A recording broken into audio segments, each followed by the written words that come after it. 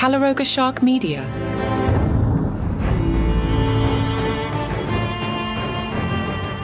Welcome back, faithful viewers, to another edition of TV in the Basement, the podcast where we dig deep into the best that television has to offer.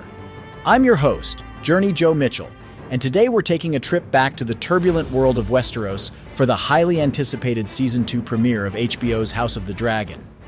For those just joining us, House of the Dragon is a prequel series to the mega-hit Game of Thrones, set nearly 2 centuries before the events of that show.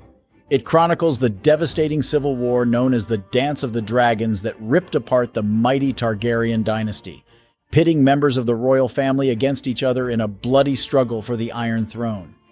Last season ended on a shocking note, with the death of King Viserys and the rival factions led by his daughter Rhaenyra and eldest son Aegon gearing up for all-out war. In a tragic twist, Rhaenyra's young son Lucerys was killed by the dragon of Aegon's brother Aemond, setting the stage for even more violence and vengeance. Season 2 wastes no time in ramping up the tension, opening with Rhaenyra consumed by grief and rage over her son's death. She wants Aemond to pay, and pay dearly.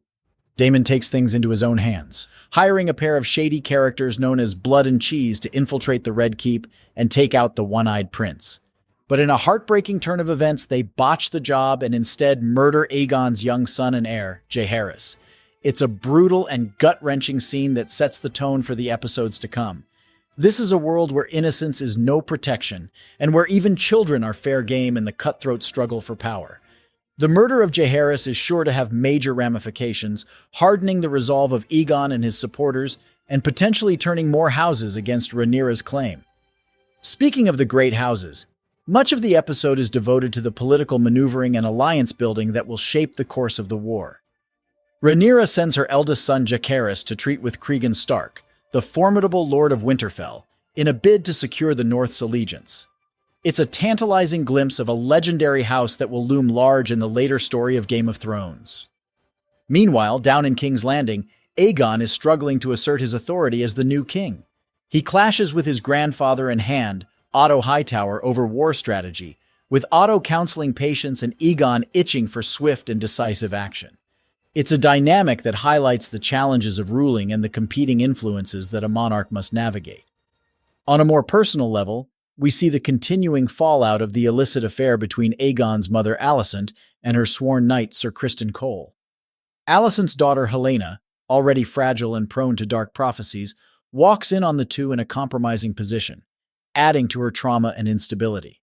It's a subplot that adds depth and complexity to the larger political machinations at play. Of course, it wouldn't be a Westeros story without a healthy dose of sex, violence, and dragons, and House of the Dragon delivers on all fronts. The episode features several steamy interludes, including a charged reunion between Daemon and his estranged wife Rhaenyra, and the dragons themselves remain a thrilling and terrifying presence, with Aemond's massive Mount Vagar looming as a deadly wildcard.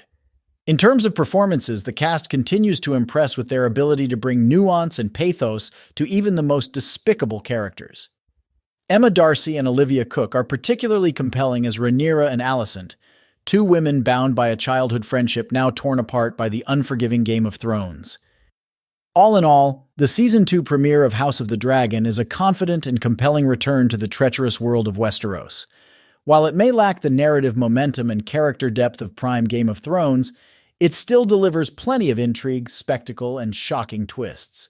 With the stakes now higher than ever and the body count sure to rise, I'm eager to see how this chapter in the bloody history of the Targaryens unfolds.